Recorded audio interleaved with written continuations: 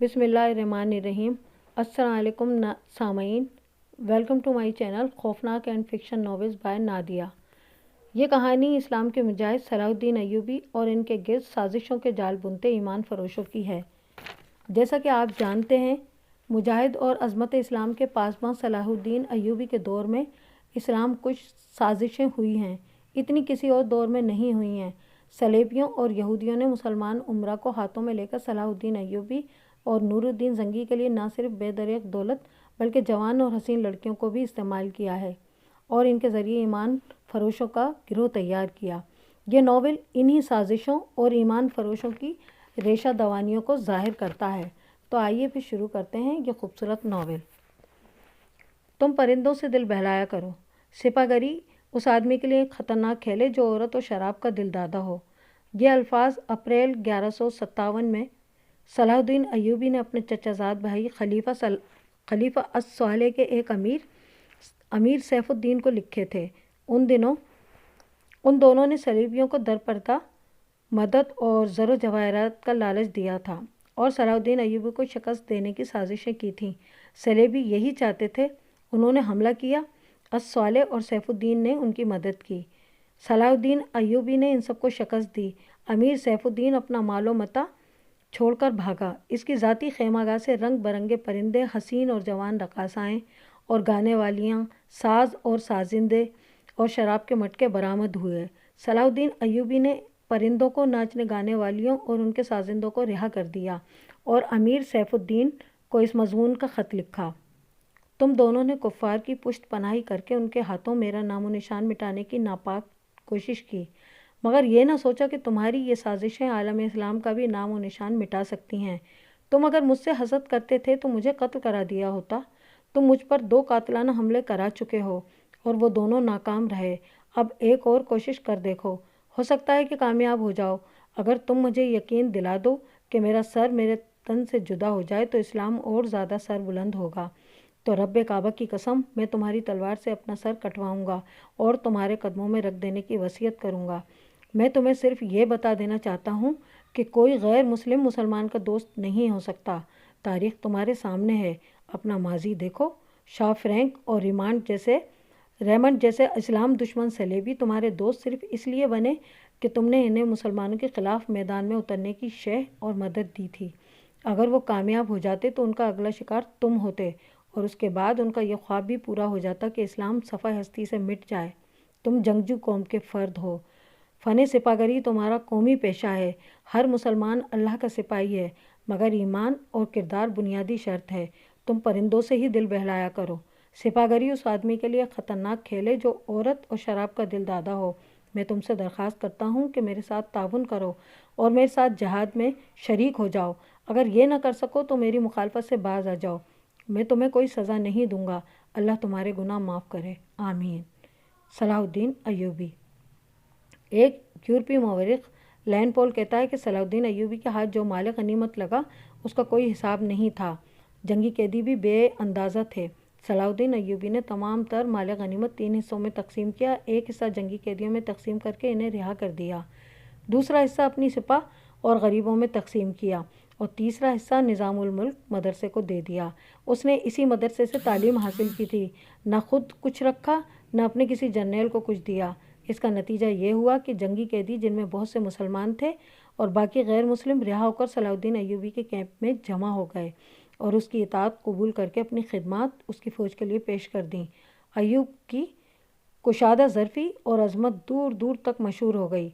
इससे पहले हसन बिन सबा के पुरअसरार फ़िरक़े फ़िदायीन, जिन्हें यूरोपीय मौरिख़ों ने कातलों का गिरोह लिखा है, सलाहुद्दीन अय्यूबी पर 2 बार कातिलाना हमला कर चुके थे, लेकिन खुदाए ज़ुलजलाल को अपने इस अजीम मर्द मुजाहिद से बहुत काम लेना था। दोनों बार एक मोजिज़ा हुआ कि इस्लाम का ये मुहाफ़िज़ बाल बाल बच गया।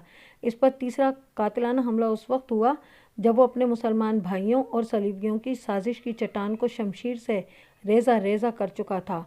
अमीर सैफुद्दीन मैदान से भाग गया था, मगर वो सलाहुद्दीन अय्यूबी के ख़िलाफ़ हसद और कीने से बाज ना आया। उसने हसन बिन सबा के कातिल फ़िरक़े की मदद हासिल कर ली।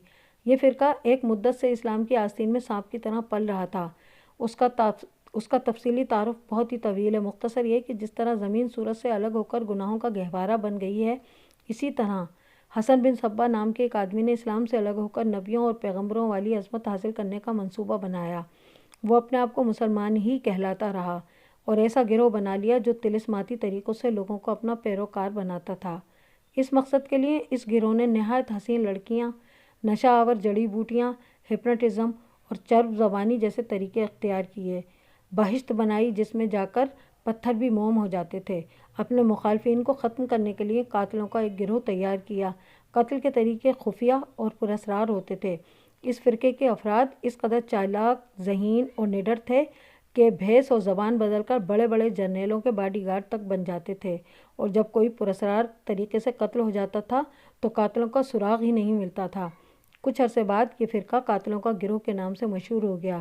یہ لوگ سیاسی قتل کے ماہر تھے، زہر بھی استعمال کرتے تھے جو حسین لڑکیوں کے ہاتھوں شراب میں دیا جاتا تھا۔ بہت مدت تک یہ فرقہ اسی مقصد کے لیے استعمال ہوتا رہا۔ اس کے پیروکار فدائی کہلاتے تھے۔ صلاح الدین ایوبی کو نہ حسین لڑکیوں سے دھوکہ دیا جا سکتا تھا اور نہ شراب سے۔ وہ ان دونوں سے ہی نفرت کرتا تھا۔ اسے قتل کرنے کا یہی ایک طریقہ تھا کہ اس پر قاتلانہ حملہ کیا جائے۔ اس کے محافظوں کی موجودگی میں اس پر حملہ بھی نہیں کیا جا سکتا تھا۔ 2 حملے پہلے ہی ناکام ہو چکے تھے۔ اب جبکہ صلاح الدین ایوبی کو یہ توقع تھی کہ اس کا چچا زاد بھائی الصالح اور امیر سیف الدین شکست کھا کر توبہ کر چکے ہوں گے، انہوں نے انتقام کی آگ ایک اور زیر زمین کوشش کی۔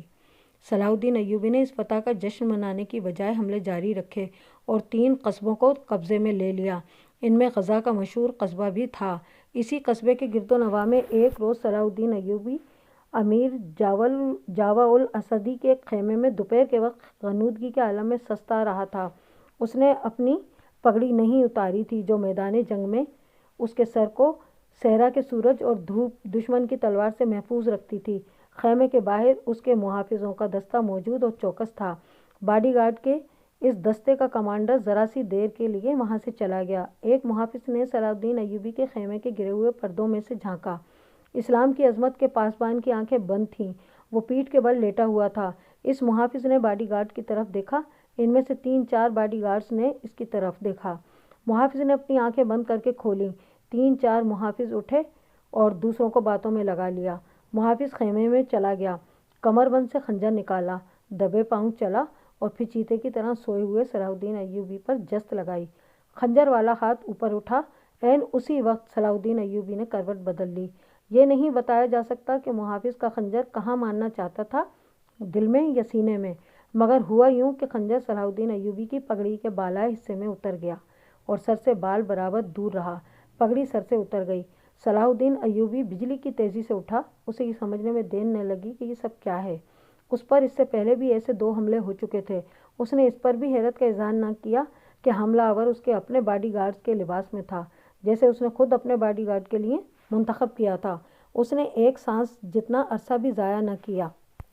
حملہ آور اس کی پگڑی سے خنجر کھینچ رہا تھا۔ ایوبی سر سے ننگا تھا۔ اس نے حملہ آور کی ٹھوڑی پر پوری طاقت سے گھوسا مارا۔ ہڈی ٹوٹنے کی آواز سنائی دی۔ حملہ آور کا جبڑا ٹوٹ کر لٹک گیا تھا۔ وہ پیچھے کو گرا اور اس کے منہ سے ہیبت ناک آواز نکلی۔ اس کا خنجر صلاح الدین ایوبی کی پگڑی میں رہ گیا تھا۔ ایوبی نے اپنا خنجر نکال لیا۔ اتنے میں 2 محافظ دوڑتے اندر آئے۔ ان کے ہاتھوں میں تلواریں تھیں۔ صلاح الدین ایوبی نے انہیں کہا کہ اسے زندہ پکڑ لو، مگر یہ دونوں محافظ صلاح الدین ایوبی پر ہی ٹوٹ پڑے۔ صلاح الدین ایوبی نے ایک خنجر سے 2 تلواروں کا مقابلہ کیا۔ یہ مقابلہ 1-2 منٹ کا تھا کیونکہ تمام باڈی گارڈز اندر آ گئے تھے۔ صلاح الدین ایوبی یہ دیکھ کر حیران رہ گیا کہ اس کے باڈی گارڈز 2 حصوں میں تقسیم ہو کر ایک دوسرے کو لہو لہان کر رہے تھے۔ اسے چونکہ معلوم نہیں تھا کہ ان میں سے اس کا دشمن کون اور دوست کون ہے، اس لیے وہ اس معرکے میں شریک نہ ہو سکا۔ کچھ دیر بعد جب باڈی گارڈز میں سے